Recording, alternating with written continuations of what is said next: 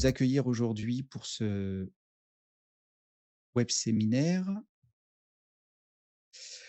et j'ai le plaisir d'accueillir, Claire Poirson, qui est avocate au cabinet Firch, avocate et Bonjour à associée. tous. Là, je suis Benoît Bonjour. Gurlembal, directeur des affaires publiques et c'est, moi qui vais, animer ce web séminaire et prendre une partie de la présentation également. Et vous avez effectivement, je vois que vous avez déjà commencé à écrire dans le chat. N'hésitez pas à y poser vos questions, à nous faire part de vos remarques. Et sachez également qu'en cours de web séminaire, nous aurons, pour vous, 2 petits sondages.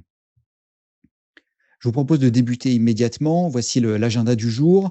Nous allons, débuter par une revue, des différentes, menaces, et risques qui sont, liés, à notre environnement numérique et ensuite, nous, irons directement dans le sujet, de Nice 2 par, Claire, sous cet agenda, qui reprend donc, qui va synthétiser, Nice 2. Je vous propose de débuter directement avec, les risques et les menaces. Le contexte actuel, vous n'aurez pas, manqué dans l'actualité, les différentes, pressions qui sont, subies à la fois sur le continent européen, mais également, en particulier sur la France. Si vous ne l'avez pas vu, Viginum a sorti un rapport, il y a quelques jours, qui, faisait état, de tentatives de désinformation, par, des entités, alignées avec les intérêts de la Russie et visant, directement, la France. Et ce n'est qu'une petite partie, la partie émergée de l'iceberg. Voici, par exemple, l'évolution en 2023. Donc c'est le volume des menaces qui ont été, repérées par EZ, toutes catégories, confondues.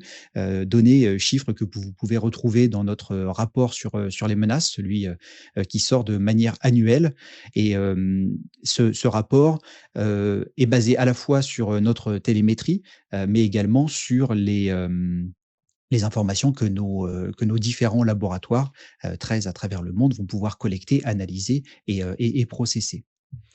Un deuxième rapport qui lui est plus, est publié plus régulièrement, qui est, celui qui concerne les activités des groupes que l'on appelle APT pour Advanced Persistent Threats, donc typiquement ceux suivis, par Viginum également. Et vous avez, sur cette carte, du monde, à la fois, l'intensité, en ce qui concerne le volume des attaques, mais également le classement par secteur d'activité de ces attaques. On voit, notamment que sur l'Europe, eh bien, sont particulièrement touchés 2 secteurs, les secteurs, gouvernementaux, administration, au sens large et puis, le secteur de l'énergie, qui subit lui aussi un certain nombre de tentatives et ou, d'attaques. Ces chiffres sont, bien entendu observés par, de nombreux acteurs, en particulier, le CERT, donc le CERT-FR, qui est se situe au sein de l'ANSSI. Celui-ci constate notamment, qu'il y a une évolution importante, des attaques par rançongiciel. Donc ceci est constaté entre 2022 et 2023. Et ces, attaques par rançongiciel ont pour cible à la fois, des grandes entités, mais également, des PME.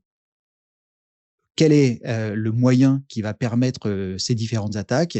Eh bien, en particulier, il y a, des, failles logicielles, donc des vulnérabilités sur les logiciels que l'on a tous d'installés. On compte en moyenne une cinquantaine, hein, pour un poste, standard bureautique, une cinquantaine d'applications, installées à la fois pour pouvoir travailler, mais également pour que les administrateurs puissent, eux-mêmes, prendre soin et opérer la maintenance du parc. Et ces logiciels, comme les systèmes d'exploitation, sont, fortement impactés par les vulnérabilités logicielles. En 2023, sur Android, par exemple, qui est malheureusement trop souvent oublié, si on prend, les CVE qui sont connus, il y en a eu 1422 et sur, Windows 11, même période 2023, on était aux alentours de 500, je n'ai plus le chiffre exact, mais c'était, légèrement plus que 500. Donc des mises à jour qu'il faut, monitorer, patcher, parfois de manière, automatique, parfois avec, un petit peu plus de finesse, notamment quand on est dans des environnements contraints. Autre tendance, notamment repérée par le CERT et constatée dans nos rapports, une recherche constante de furtivité, des attaquants. On l'a vu, ces attaquants, vont, cibler, alors ce qu'on appelait avant OIV, ça on aura tout le loisir de revenir durant la présentation de NIS 2.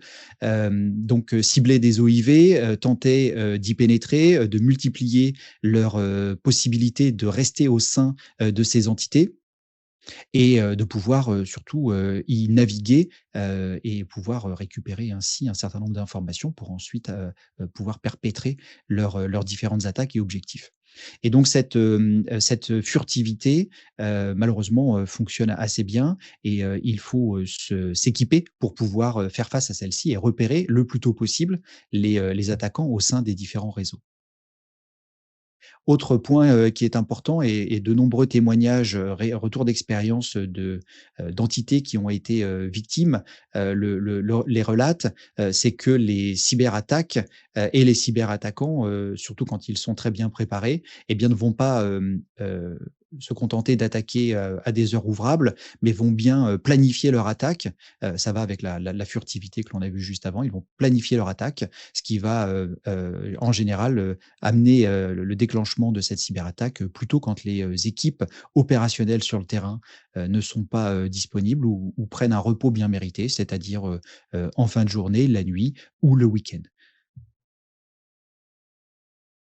Ce que constate également, à la fois, le CERT, mais les différents rapports que l'on peut mettre à disposition, ce sont que, les cybercriminels se tournent de plus en plus, vers les PME, les ETI. Plusieurs raisons à cela, mais, une est principale, c'est que les grandes entreprises ont augmenté, leur niveau de maturité cyber, qu'ils sont, plus difficiles à atteindre et que, pour pouvoir continuer, leur business, ces cybercriminels vont se tourner vers les PME, ETI, à la fois pour ce qu'elle représente en tant que, gain financier et ou, entité, sur laquelle on va pouvoir, mener des opérations soit de déstabilisation, soit de récupération d'informations de type cyberespionnage, soit comme rebond pour pouvoir, pénétrer, une entité, supérieure avec laquelle elle serait en contact. On voit, qu'il y a de plus en plus, d'API, qu'il y a de plus en plus, de connexion entre, les différentes, entités, à la fois, pour du business, mais également pour pouvoir, échanger des informations de manière rapide, et ce dans tous les secteurs. Donc après ce tour rapide sur les différentes menaces, je vais passer la parole à maître Claire Poirson, pour, pouvoir, rentrer avec vous dans le détail de Nice 2. Tous, bonjour à toutes. Merci Benoît. Donc je me présente brièvement, Claire Poirson, avocate dans tout ce qui est de numérique digital et intelligence artificielle, en conseil comme en contentieux. Donc en conseil, bien évidemment, pour aider notamment à mettre en place les politiques de cyber-résilience, mais aussi malheureusement en contentieux quand ça arrive au sein de vos entreprises, qu'est-ce qu'il faut faire, la cellule de crise, les notifications à la CNIL, à l'ANSSI. Voilà, on intervient aussi quand ça va mal, mais on préfère intervenir avant, c'est-à-dire anticiper, prévenir. Et c'est clairement l'objet de ce webinaire, c'est de vous parler de ce package cybersécurité qui est un package réglementaire potentiellement assez lourd avec des contraintes pour vous, mais qui peuvent être aussi des avantages, car une entreprise mieux sécurisée est une entreprise plus pérenne dans son activité économique et commerciale. Donc brièvement, la première slide que j'ai, c'est de Nice à Nice 2, historique et portée. Benoît, si tu peux passer la slide suivante, parce que j'ai pas le contrôle des slides. Donc brièvement, qu'est-ce que c'est que cette réglementation? Je ne vois pas du tout si les slides bougent, hein, Benoît, je préfère te le dire. Pour moi, ça bouge pas. Donc là, on est toujours sur la slide Nice à Nice 2, historique et portée. Je ne vois pas si les slides bougent. Bon, je ferai sans. Excuse-moi, j'avais coupé Donc, mon micro. Donc, j'ai passé la slide et si tu pouvais juste recliquer pour synchroniser avec le présentateur, comme ça d'accord, c'est ça. tu Ok, verras où on en est. je verrai où on Merci. en est. D'accord. Donc, quand je dis slide, voilà. Donc là, c'est bon pour vous. Ok, excusez-moi. J'essaye. Merci. Voilà, donc c'est bon. Donc, Nice 2 vient Avant, il y avait NIS 1, voilà. Ça veut dire NIS 1, c'est une directive Network and Information Security. En français, c'est sécurité des réseaux et des systèmes d'information. Cette première directive était de 2016 et j'ai envie de vous dire que c'était un tout début sur la cybersécurité concernant les États membres de l'Union européenne. C'est un premier plan, un premier programme de cybersécurité et finalement, peu d'entités étaient concernées avec des secteurs très importants pour tous les enjeux de souveraineté et de stratégie au niveau européen. On parlait à ce moment-là on parlait pas encore d'entité essentielle, mais voilà, on avait très peu d'entreprises concernées. La slide suivante, s'il te plaît, Benoît. Hop. Nice intervient dans un package, comme vous disiez, réglementaire. Donc Nice 5 était de 2016. Le RGPD, je pense que tout le monde connaît, c'est tout ce qui est en lien avec la donnée personnelle. Le Data Act, qui est de 2022. DORA 2023, qui est un règlement sur la résilience opérationnelle numérique qui doit être transposé en 2025 en France. Puis deux actes encore, deux réglementations européennes qui sont en cours de négociation au sein des entités européennes, le Cyber Resilience Act et le Cyber Solidarity Act, qui là aussi vont mettre en place des obligations en matière de cybersécurité. Et vous avez également le règlement sur l'intelligence artificielle, qui n'est pas à proprement parler sur la cybersécurité, mais qui prévoit effectivement des points juridiques sur la cybersécurité, puisqu'il y a des enjeux effectivement cyber dans les actes liés aux outils d'intelligence artificielle. Slide suivante, s'il vous plaît. Donc maintenant, parlons de Nice 2. Nice 2, slide suivante. Voilà. C'est une directive qui doit être transposée en France parce qu'elle n'est pas d'application directe avant le 18 octobre 2024. Nous sommes en juin. Aujourd'hui, il y a une proposition de loi qui est en cours d'élaboration, qui a été préparée par l'ANSSI, qui fait l'objet de discussions. Je ne vais pas vous dire qu'aujourd'hui, actuellement, avec la dissolution de l'Assemblée nationale, on n'est pas tout à fait en mesure d'en parler, en tout cas au sein de l'Assemblée nationale, et le sujet est un petit peu gelé, mais bon, voilà, on fait avec. On a le temps encore plus de se préparer. Je pense qu'on ne sera pas dans les temps, pour être tout à fait honnête, mais c'est pas la première fois que la France ne transpose pas dans les temps, donc on a un peu plus de temps, c'est pas mal aussi. Donc cette directive NIS 2 intervient dans un contexte, comme Benoît l'a rappelé, hein, de menaces de plus en plus sophistiquées sur nos entreprises et nos collectivités territoriales et nos administrations, sur des sujets, sur les hôpitaux par exemple, sur des secteurs stratégiques pour la société. Et donc, il y avait une certaine, il faut le dire, hétérogénéité des États membres sur le sujet et des entreprises.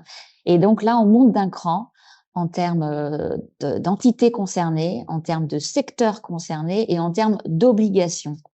Et tout ce qui va avec obligations, on s'est rendu compte que si les obligations, c'était bien, mais qu'il fallait aussi prévoir des sanctions, car quand il n'y a pas de sanctions, malheureusement, eh bien, les entreprises ne se mettent pas forcément tout de suite en conformité. Et donc là, on verra dans les slides suivantes, eh bien, les sanctions ont été ajoutées. Donc, si on regarde d'abord tout ce qui est champ d'application, effectivement, vous voyez que le périmètre NIS 1 prévoyait un certain nombre de domaines, 6 domaines, et qu'on est passé 6 secteurs et on est passé à 18 secteurs. Vous voyez la différence entre les deux. Donc, on avait effectivement déjà tout ce qui était banque, eau potable, énergie, infrastructure des marchés bancaires et financiers. On rajoute actuellement tout ce qui est fournisseur numérique, la gestion des déchets, la fabrication, les services postaux et expéditions. Donc, on voit bien qu'il y a une extension des secteurs, et puis on a aussi une extension des acteurs, puisque on passe avec de nouvelles définitions d'entités importantes et d'entités essentielles. Et ces deux natures d'entités, vous rentrez dans l'une ou dans l'autre, eh bien, vous avez des obligations différentes et un régime de contrôle aussi différent. Et c'est lié par rapport effectivement à votre niveau de critique et niveau d'impact que vous avez sur votre secteur. Donc, En gros, on passe à peu près, le nombre d'acteurs régulés là vient d'être multiplié par 30. Je pense que la NIS 1 concernait à peu près 500, et là cela concerne au moins, 15 000, entreprises et collectivités territoriales et administrations. Donc là, je crois que, on fait un sondage, Benoît. C'est là où tu voulais, intervenir sur un sondage? Effectivement, merci beaucoup. C'est le moment où on va, vous faire interagir avec cette présentation. Donc, nous avons, par le biais d'Éric, un sondage, qui va vous être proposé, ce qui va nous permettre, par la suite de mieux, vous connaître et de pouvoir adapter les différentes, publications que l'on va avoir à votre, envers vous.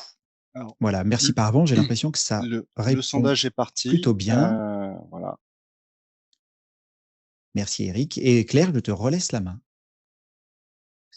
Slide suivant. Hop.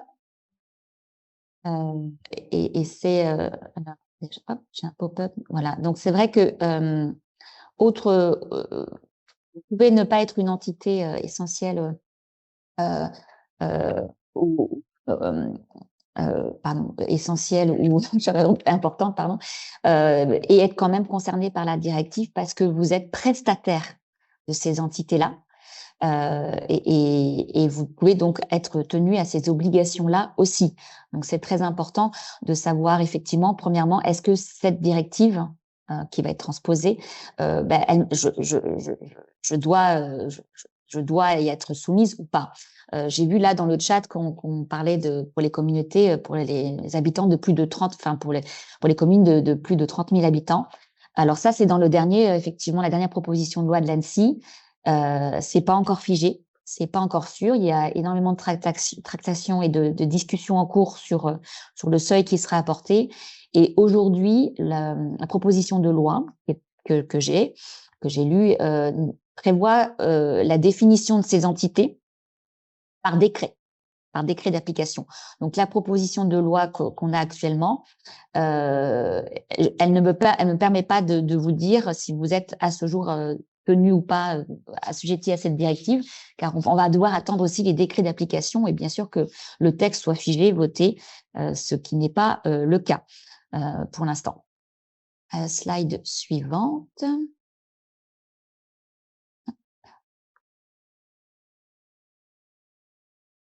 Alors, si on revoit les exigences principales de la directive après avoir vu son champ d'application, secteur et entité, slide suivante. Quelles sont à peu près les nouveautés? Donc, on a vu ce champ d'application plus entendu. On a effectivement un certain nombre d'obligations d'information et de mesures de contrôle proportionnées. Et donc, ces obligations d'information, tout dépend si les entités essentielles et importantes sont soumises à ces obligations d'information qui doivent être faites soit au centre de réponse aux incidents de sécurité informatique ou auprès de l'ANSSI. C'est tous les incidents importants qui sont susceptibles de nuire à la fourniture des services. Donc concrètement, c'est des alertes qui doivent être données de façon très rapide dans les 24 heures avec des notifications d'incidents et des rapports à rendre. Vous verrez après, dans la slide d'après, il y a aussi l'exigence énormément de sécurité qui prévoit, si vous ne les respectez pas, malheureusement, des amendes de plus en plus élevées. Et ça, c'est à l'instar du RGPD, c'est la suite, j'allais dire, de la réglementation pour s'assurer et contraindre les entreprises à vraiment se mettre en conformité. On peut aller vraiment sur des sanctions assez lourdes, puisqu'on est à 2% du chiffre d'affaires annuel ou 10 millions d'euros pour les entités essentielles. Et on est à 1,4% du chiffre d'affaires ou 7 millions d'euros pour les entités importantes. Donc, ce ne sont pas des sanctions négligeables. Et l'autre nouveauté aussi de NIS 2, c'est la responsabilité des dirigeants personnels. Actuellement, en cas de négligence avérée suite à une fuite de données, pour l'instant, le projet de loi prévoit une responsabilité pénale des dirigeants. Donc on est plus sur, on est vraiment sur un sujet de gouvernance. On est vraiment, l'enjeu cyber devient un sujet de gouvernance. Ça doit être remonté au COMEX CODIR. C'est plus qu'un sujet de DSI. C'est très très important. Et donc je pense que, enfin voilà, ça a été un peu l'idée de pousser dans la directive, c'est qu'en mettant des responsabilités sur les dirigeants et des sanctions plus lourdes, on pense évidemment à ce que l'entreprise va agir plus vite sur ces sujets-là. C'est malheureusement la peur du gendarme.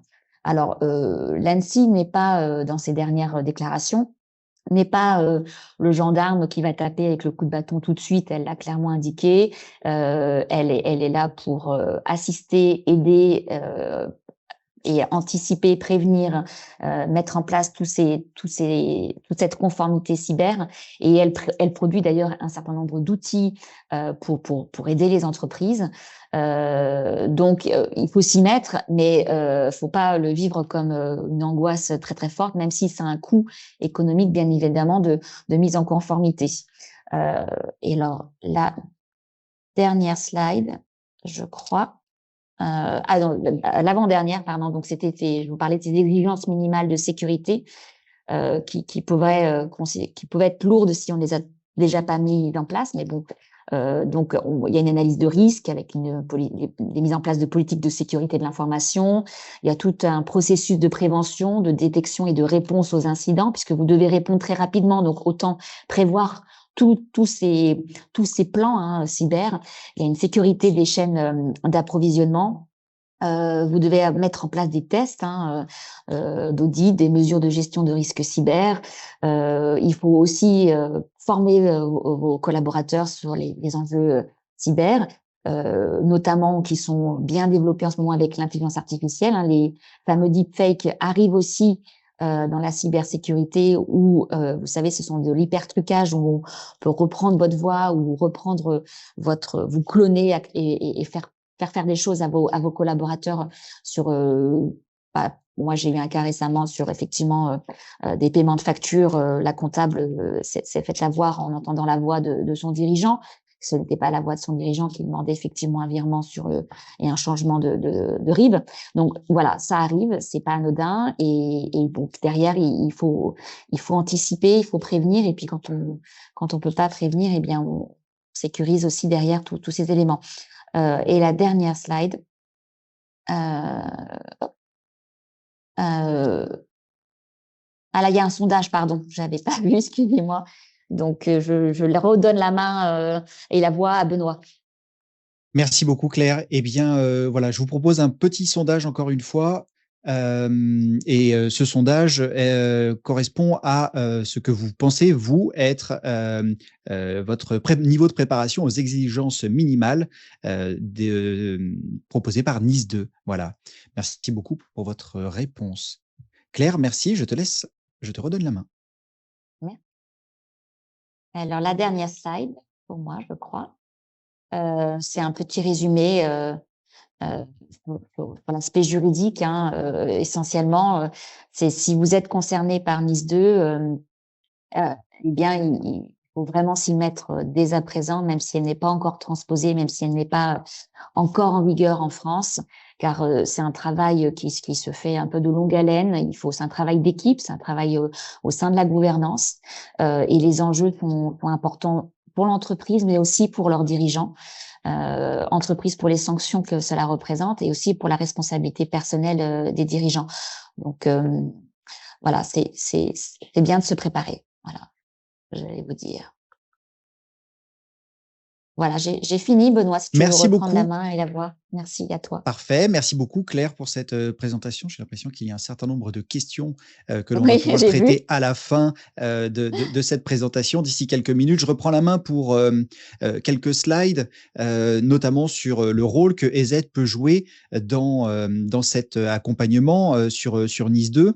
L'objectif étant d'augmenter la maturité cyber à la fois des entreprises, bien entendu, mais également d'accompagner les prestataires informatiques qui vont forcément intervenir dans cette montée en maturité. Alors, un bref rappel sur EZ, c'est une entreprise qui est privée et indépendante. Elle est toujours gérée et détenue par les fondateurs historiques. C'est important parce que ça nous permet d'avoir une gouvernance qui est très claire et non dictée par des investisseurs extérieurs.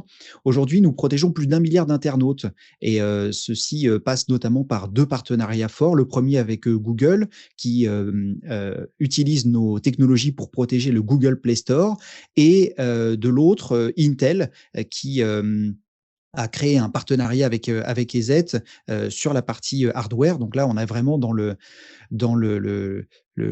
maximum que l'on puisse faire, c'est-à-dire la quintessence de l'utilisation du hardware et notamment des possibilités d'utiliser de l'intelligence artificielle avec les CPU et la technologie développée par EZ qui va être au cœur du CPU pour aller encore plus vite à détecter les différentes menaces.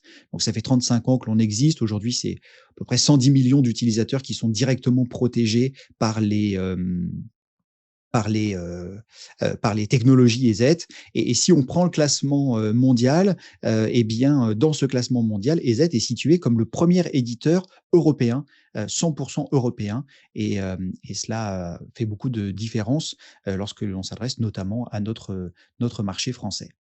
EZ, c'est également plus de 2200 employés répartis à travers le monde dans 23 bureaux, 13 centres de recherche et de développement, une disponibilité que l'on appelle en anglais follow the sun, c'est-à-dire qu'on est toujours à la recherche et on traque les menaces, mais on est également là pour aider les clients lorsqu'ils en ont besoin et notamment, c'est le point important que l'on a vu en début de présentation, lorsque nous, en France, on peut goûter un repos bien mérité, eh bien c'est là, à ce moment-là, que les cybercriminels vont commencer à se mettre en œuvre et donc il va falloir les bloquer avec des équipes qui, elles, sont 24/7. Pour pouvoir répondre aux exigences qui vont être amenées, proposées par NIS2, il y a notamment dans celle-ci la supply chain, c'est-à-dire les tiers qui vont être connectés de près ou de loin à notre système d'information et qui pourraient, si eux-mêmes n'étaient pas bien protégés, en réduire la force, la qualité. Sachez qu'EZ a 2 certifications ISO. La première, c'est 27001 et elle s'applique à nos différents produits, notamment cloud. Et cette certification s'appuie sur un grand nombre de points de contrôle, mais également de gouvernance, de processus, de méthodes et de règles qui garantissent par cette norme que EZ respecte un niveau à la fois standard, mais également très haut, d'exigence de sécurité pour la protection de ses propres plateformes. Et ça, c'est important parce que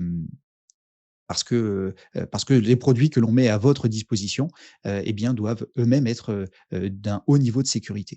Et puis ISO 9001, cette certification concerne le développement des produits et atteste que les processus et les méthodes qui sont utilisés pour le développement des produits sont eux aussi d'un haut standard de qualité.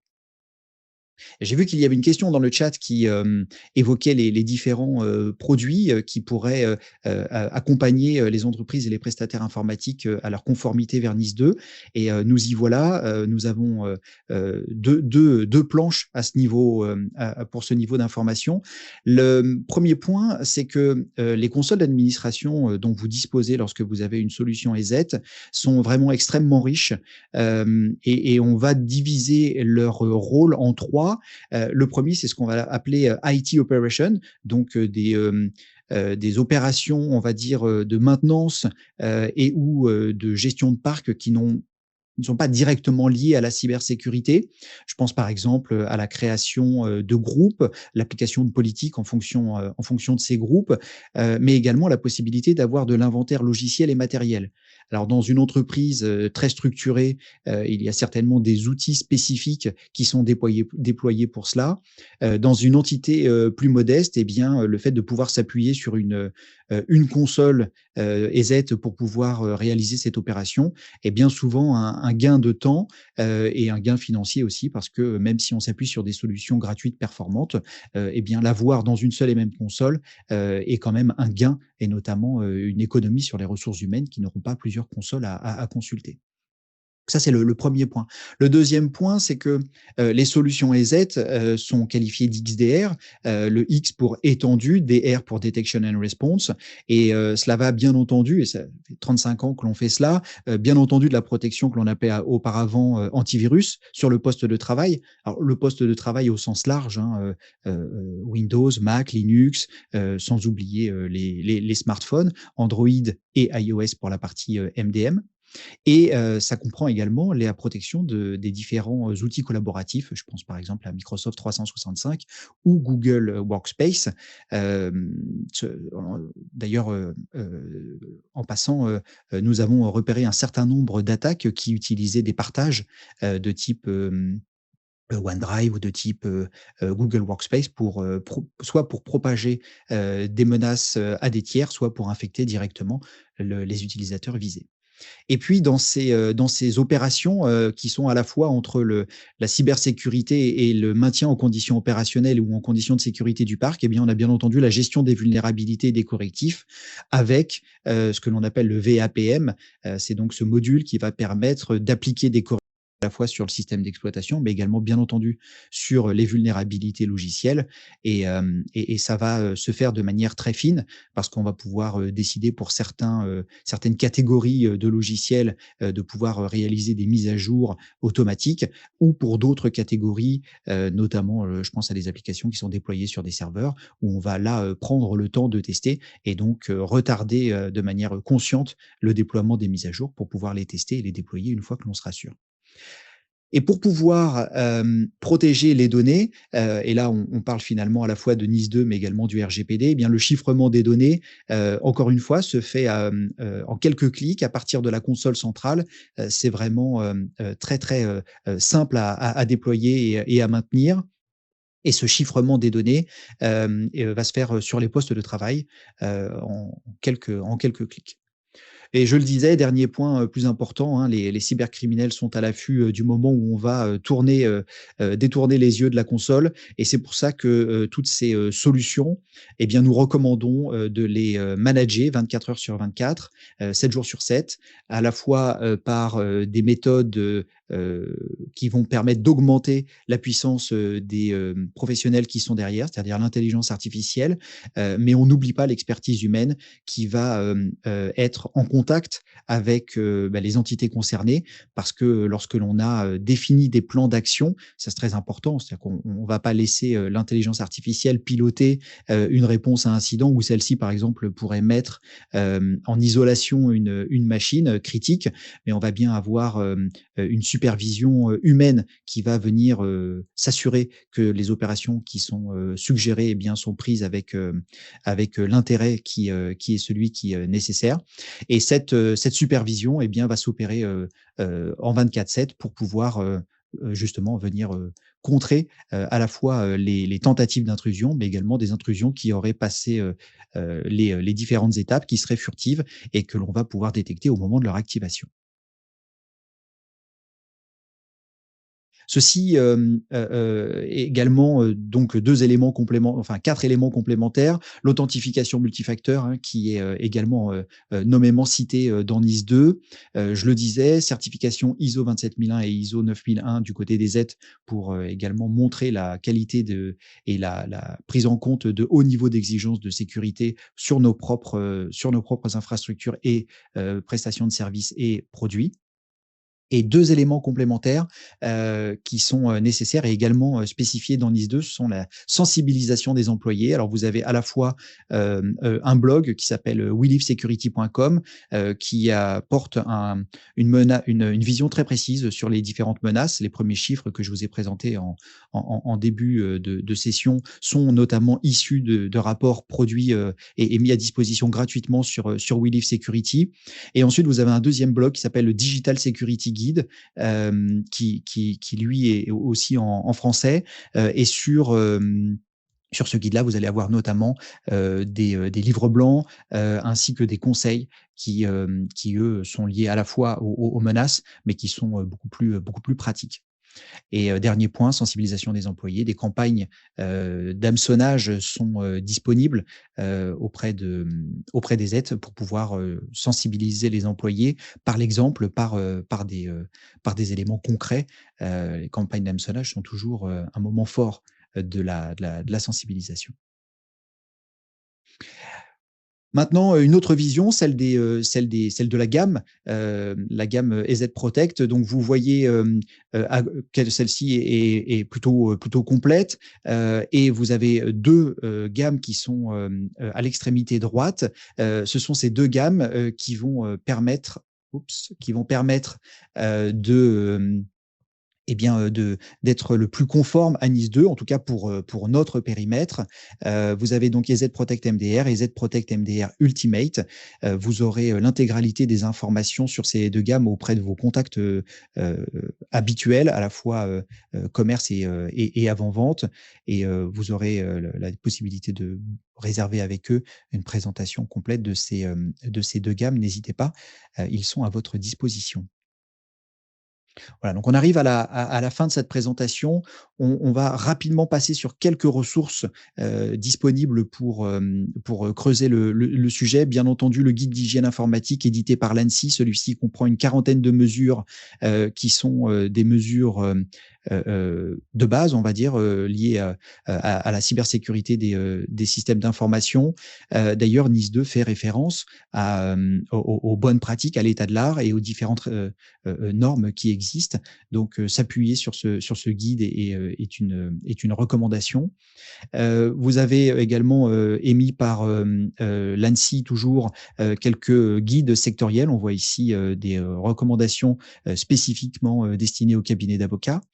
Je vous recommande également une revue qui s'appelle Cyberrun, dont le numéro sur NIS2 est affiché à l'écran. Et c'est une revue qui reprend un certain nombre de paroles d'experts et qui couvre un très grand nombre de sujets. Si vous n'y êtes pas encore abonné, c'est gratuit. Je vous invite à vous y abonner. Pour les sociétés plus modestes qui ne sont certainement pas encore concernées par NIS2, je pense aux TPE, mais pour qui le sujet de la cybersécurité va être de plus en plus important dans la mesure où les grands groupes sont plutôt bien sécurisés. Les PME, elles, ETI, grosses PME, vont se sécuriser encore plus, je dirais, grâce à NIS2. Et bien forcément, les moins bien sécurisés seront la cible forcément des cybercriminels. Donc, TPE, ne soyez pas les oubliés de la cybersécurité. Protégez-vous parce que vous risquez de devenir forcément une cible. Voilà, et là, vous avez quelques détails sur les ressources qui sont disponibles, notamment sur la page qui est dédiée sur notre site, ez.com/fr/NIS2. Vous aurez accès ainsi à des livres blancs, ainsi qu'à d'autres documents qui vous permettront d'aborder NIS2 sous différents angles. Je vous propose de passer à la session de questions-réponses. Encore une fois, Claire, merci beaucoup. Et remontons dans le fil de la discussion pour pouvoir appréhender les quelques questions. Claire, as-tu accès à ces questions? Oui, alors Oui. attends. Alors, est-ce que tu veux alors pour les collectivités, première question de Charles. Pour les collectivités, est-ce que cela va toutes les concerner ou est-ce qu'il y aura des seuils et des critères, comme le nombre d'administrés, par exemple? Pour l'instant, on s'est parti sur un seuil, par rapport aux habitants, comme je disais, donc on est sur 30 000, Mmh. mais c'est pas finalisé, c'est pas validé, c'est pas encore dans le ter validé. Donc je dirais qu'il y a des tractations actuellement pour faire baisser le seuil, donc 30 000 pour l'instant d'un dernier projet de loi, effectivement, D'accord, 1000 merci, très habitants. clair. Autre question qui concerne aussi les collectivités, celles-ci n'ayant pas de chiffre d'affaires, comment vont être appliquées les sanctions financières? Eh bien, pour les collectivités, il y a pas de sanctions financières. D'accord. Donc Et c'est plus simple. C'est comme pour le RGPD, on n'a pas prévu de sanctions pour les collectivités, pour les administrations. d'accord. Une responsabilité du C'est dirigeant peut-être alors? De la collectivité? On verra, mais pour l'instant, c'est vrai que ça, c'est un peu sorti de Du scope. du scope. D'accord. Autre question, une entreprise alors, y a-t-il une liste de métiers exclus ou non à Nice 2? Alors j'avais un lien à vous partager sur, une version bêta j'allais dire d'un configurateur, d'un test, émis par l'ANSSI, qui Oui. vous permet, en répondant à des questions, de savoir si vous êtes, donc en version bêta, concerné ou non par Nice 2. Je vais le retrouver le temps que tu répondes, Claire, et je vais vous le partager dans le chat.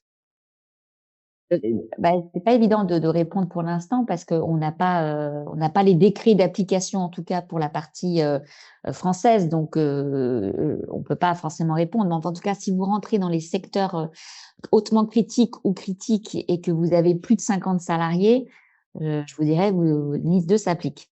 Voilà, peu importe votre chiffre d'affaires déjà.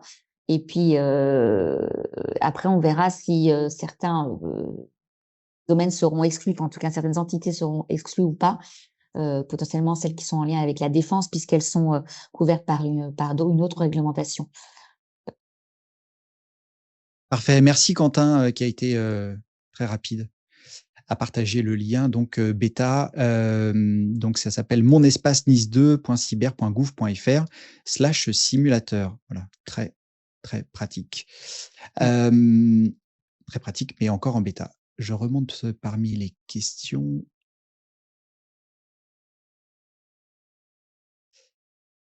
Alors, une entreprise de fabrication de biens de consommation de plus de 50 salariés, un CA inférieur à 50 millions est-elle soumise à NIS 2? Finalement, la réponse a été donnée au travers du questionnaire formulaire de l'ANSSI.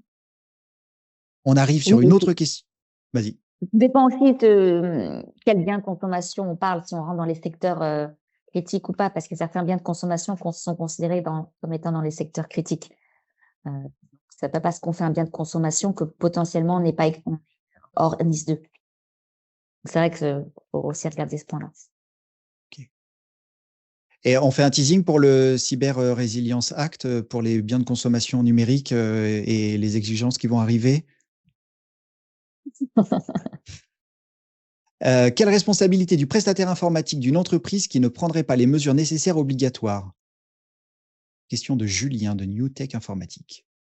J'ai pas entendu, pardon, qu'est-ce qui se passe, quoi? J'ai pas bien Quelle entendu, serait la pardon. responsabilité du prestataire informatique dans la mesure où une entité ne prendrait pas les mesures nécessaires et obligatoires? Est-ce que le prestataire informatique peut avoir une part de responsabilité? Bonne question. Il faut déjà regarder le contrat avec. Alors en fait, on serait dans l'hypothèse où, cas pratique, la société cliente serait assujettie à NIS 2 et n'aurait pas fait ce qu'elle devait faire vis-à-vis de NIS 2 en termes de cybersécurité. Elle aurait été hackée, elle aurait perdu des données et vous, agent prestataire informatique, vous seriez touché ou vous seriez. Enfin, faudrait que je comprenne un peu plus la question parce que est-ce que ça serait une conséquence? Est-ce que vous auriez des dommages d'intérêt sur vous ou est-ce que vous seriez considéré comme étant en responsabilité solidaire? C'est ça votre point? Je suis pas sûre de comprendre bien la question en fait, Est-ce que, par exemple, si le juridiquement parlant. prestataire informatique est en charge complètement de la mise à jour, par exemple, du système d'exploitation et des logiciels, si une vulnérabilité, s'il est prouvé qu'une vulnérabilité logicielle a été exploitée pour attaquer cette société qui est soumise à NIS 2, est-ce que le prestataire qui, par exemple, n'a pas fait la mise à jour est en responsabilité? J'allais dire de base, qu'on soit dans NIS 2 ou pas, vous êtes prestataire informatique, vous n'avez pas fait la mise à jour et vous aviez l'obligation contractuelle de le faire, vous êtes responsable contractuellement parlant déjà vis-à-vis de votre client. Après, il faut voir dans votre contrat si vous avez mis des plafonds de responsabilité. Là, on est quand même potentiellement sur une obligation essentielle, donc le plafond de responsabilité pourrait sauter. Donc oui, il faut, ça, c'est la limite, c'est de base pour moi, hein, c'est la responsabilité de votre obligation essentielle. Si vous devez mettre, si vous êtes un antivirus et que vous mettez pas à jour les antivirus et que la société se prend une fuite, une atteinte à son réseau, vous pourriez potentiellement être responsable. S'il faut apporter la preuve de votre négligence et du non-respect de votre contrat. NIS 2 ou pas. Ok. Ok. Donc là, finalement, c'est plus une relation contractuelle Oui. qu'une relation soumise à une. C'est le manquement à vos une obligations. réglementation. Ouais, D'accord, ouais, oui. OK. OK. D'où l'intérêt de se faire accompagner, au niveau des contrats. À toujours En relire son amont, contrat. voilà. Ah bah toujours. Des 2 Moi, côtés je préfère d'ailleurs. prévenir que guérir, hein. Moi, je fais les 2 en droit, mais je préfère prévenir que guérir. Très clair. Autre question, est-ce que, ISO 27001 couvre NIS 2? Bah, c'est pas écrit noir sur blanc que ça couvre ni oui, ça fait partie des exigences minimales de sécurité, mais c'est pas écrit comme ça noir sur blanc dans la directive. Mais oui, il faut effectivement être, ça fait partie. Je pense que là, la norme rentre dans les exigences minimales de sécurité. OK. Alors moi, j'avais noté, en complément, j'avais noté, 7 domaines dans la directive, la gouvernance, l'analyse de risque, la cartographie, la gestion des tiers, protection, détection et gestion des incidents et de ce que j'avais cru comprendre, NIS 2 ne cou pardon, ISO 27001 ne couvrait pas tout cela. Donc ISO 27001 est un élément important, si on veut être conforme à NIS 2, mais pas, Pas suffisant. Oui. pas suffisant. Alors, Géraldine, merci pour la question. Quelle solution EZ faut-il proposer? J'espère avoir répondu à cette question et bien entendu nos équipes, sont à votre disposition pour cela. Y a-t-il des subventions pour se mettre en conformité? Alors je vois qu'on a 2 sourires en réaction sur cette question. Claire, un avis? Moi, j'ai un avis, c'est que ce que j'ai fait passer aux députés, parce que j'ai travaillé sur un peu sur la proposition de loi, c'est qu'il fallait faire un crédit d'impôt comme, si vous voulez, tout ce qui est en lien avec la transition écologique. Les entreprises, les particuliers ont la possibilité de faire des crédits d'impôt et j'ai poussé ça auprès des députés concernés, parce qu'effectivement, c'est un vrai coût, et pour moi, comme c'est lié à la pérennité de l'entreprise et aussi par rapport à des enjeux stratégiques de l'État, il semblerait logique que l'État, aide, soit par des subventions, c'est peut-être plus compliqué, mais en tout cas par un système de crédit d'impôt. Pour l'instant, c'est pas prévu, mais un certain nombre d'acteurs poussent en ce sens, en tout cas. Très bien, merci. Autre question, pour EZ, comptez-vous passer à ISO 27001, 2022? Excellente question, je n'ai pas la réponse. Utilisateur inconnu, si vous souhaitez une réponse, n'hésitez pas à vous faire, connaître nominativement.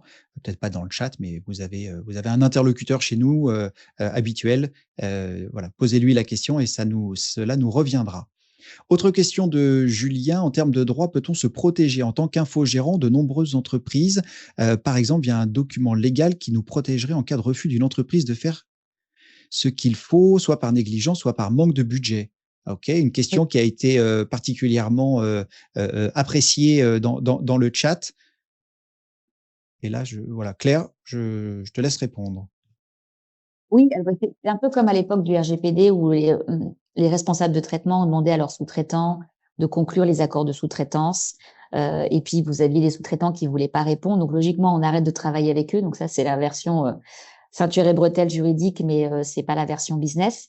Donc, moi, je recommande effectivement de laisser des écrits en indiquant, ou en tout cas dans votre contrat, les obligations minimales que vous attendez de vos co-contractants sur ces sujets-là et bien l'indiquer dans votre contrat et si c'est pas possible, de laisser, des échanges écrits, sur, voilà, sur les manquements, à la sécurité, diligence qu'ils devraient, apporter et que vous êtes, vous, contraint de continuer à opérer, sans ces diligences. Ça serait la 1re des recommandations effectivement, le mieux c'est dans le contrat. C'est de réussir à le négocier dans le contrat avec votre partenaire. OK, encore une fois, le contrat, un élément clé de la relation entre, le prestataire et le client. Oui, alors le contrat, c'est un élément de base, mais après votre relation, elle vit. Donc c'est pour ça aussi que c'est important de prévoir, les relations, sur l'aspect juridique, le prix, la résiliation, la clause de responsabilité, les obligations de chacun, au moins, minimales. Et sur la sécurité, maintenant, moi, je vois de plus en plus, des assurances, dédiées et puis des annexes sécurité, qui sont importantes. Parce qu'on sait que maintenant, tout ce qui est RGPD, notamment données personnelles, au vu des contraintes et de la responsabilité et des sanctions en jeu, eh bien, ça fait partie de la négo des contrats et des relations contractuelles. Il vaut mieux une bonne relation, une bonne négo, avec une relation qui démarre sur un document bien fait, bien rédigé et qui vit avec le temps. Voilà, qui peut vivre avec le temps et en cas de problème, on se réfère à ce document, qui permet de rappeler, les obligations de chacune des parties et le régime de responsabilité, heu, en cas de méconnaissance de l'un ou l'autre, de ces obligations. OK, très clair. Une question pour toi. Une fois transposé en droit français, quel sera le délai pour la mise en conformité? Je sais pas. Ça dépendra de ce qu'ils vont mettre dans la proposi dans le texte. En revanche, ce que je sais, en tout cas d'expérience avec le RGPD, c'était l'entrée était en vigueur et le mois d'après, il fallait être en conformité. Mais ça, c'était le texte. Et après, dans la réalité, euh, les contrôles ne sont pas apparus tout de suite. Les contrôles sont pas forcément automatisés, automatiques. Donc, je dirais que l'enjeu essentiel, c'est de se mettre en marche, sans jeu de mots, actuel, pour se mettre en conformité dès à présent, ne pas attendre le texte qui arrive. Et puis, voilà, il faut vraiment faut déjà commencer à mon sens, sachant, on en avait discuté, Benoît, mais Nice 2 est là, Nice 3 est pas loin. Oui, Concernera de plus en plus d'entreprises. Et oui. le risque cyber, il y a vraiment une prise de conscience et j'invite vraiment les acteurs économiques à l'avoir. C'est que la menace cyber, elle est réelle, elle est existante, elle est de plus en plus sophistiquée avec l'IA notamment. Moi, je la vis tous les jours avec mes clients qui se retrouvent avec des atteintes de plus en plus lourdes, de plus en plus conséquentes sur leurs activités. Et je veux pas faire la parano de service, loin de là. Je suis vraiment pragmatique et c'est pas, ça m'arrivera pas un jour, c'est que ça va vous arriver un jour. Et la question sera, c'est comment j'ai déjà anticipé et prévu le jour où ça m'arrive. Est-ce que j'ai un backup? Est-ce que j'ai prévu des emails secondaires? Qu'est-ce que j'ai prévu sur ma politique de com, de communication, de cyber résilience, tout ça? Comment je forme mes talents, mes collaborateurs, voilà, c'est des vrais enjeux. Quelle est ma charte sur le sujet? Voilà, il y a quels sont mes antivirus? Quelle sécurité j'ai mis en place pour mon entreprise, pour mes salariés? Moi, ce que je constate, c'est que, en tout cas, de mon expérience, quand mes clients arrivent et que le mal est fait, hein, ça vient souvent d'une erreur humaine. Malheureusement. Donc voilà, il y a des enjeux de sensibilisation en interne, ça vient et le fait de mettre ça au niveau de la gouvernance de l'entreprise et non plus au niveau du directeur informatique, c'est une bonne chose parce que ça va ruisseler dans toute l'entreprise parce qu'en fait, c'est une culture de la cyber qu'il faut avoir aujourd'hui. Très clair et j'ajoute également que dans Nice 2, il y a, des éléments importants que sont les notifications et ou les rapports. Oui, C'est-à-dire qu'à partir du moment où oui. vous avez un incident, en 24 heures, vous devez, produire une notification auprès de l'autorité de contrôle et dans cette notification, vous devez donner un certain nombre d'éléments, hem et au mieux vous êtes équipé et je pense forcément à nos consoles, je pense à bien entendu à la protection endpoint, mais aussi à l'EDR qui va donner un certain nombre de contextes forts, bah ça va vous permettre de créer ce rapport, de pas perdre de temps, d'être dans les délais et puis surtout au-delà du rapport, de comprendre ce qui s'est passé, d'éviter de se refaire piéger une deuxième fois, de reconstruire sans les failles et d'être plus fort, plus rapide et plus résilient pour pouvoir reprendre son business avec le moins de délais possible. Alors, je vois une autre question, la profession d'expert. On va encore prendre 3 questions. On arrive à la fin du temps qui nous est alloué. Est-ce que la profession d'expert comptable, qui est en lien direct avec les services de l'État, et cetera, et rentre dans NIS 2, on peut peut-être repartir sur mon espace NIS 2, cyber.gouv.fr, le simulateur, pour cela? Bah, de toute façon, si vous êtes un conseiller en lien, avec des personnes assujetties à NIS 2, vous pouvez potentiellement effectivement, être, assujetti par ricochet aux obligations NIS 2. Mais il faut que vos clients soient dans le champ, d'application de la directive. OK. Alors on dit dans le chat qu'il y a aussi des questions, dans la question-réponse, Le 2FA devient obligatoire. Est-ce que le smartphone est la meilleure solution? Alors là, c'est une question technique. Il n'y a pas de solution miracle. Ça va dépendre des utilisateurs et des applications que vous souhaitez protéger. Je vous invite il existe un certain nombre de solutions. Je vous invite à vous rapprocher de notre équipe avant-vente qui pourra vous présenter la solution EZ qui s'appuie effectivement sur une application smartphone. C'est important parce que ça évite le SIM swapping, c'est-à-dire la possibilité d'avoir un échange de cartes de numéro de téléphone, de carte SIM, pour recevoir les alertes, notamment les SMS, à la place de celui qui cherche à... Voilà, merci AB, le SMS est à éviter autant que possible.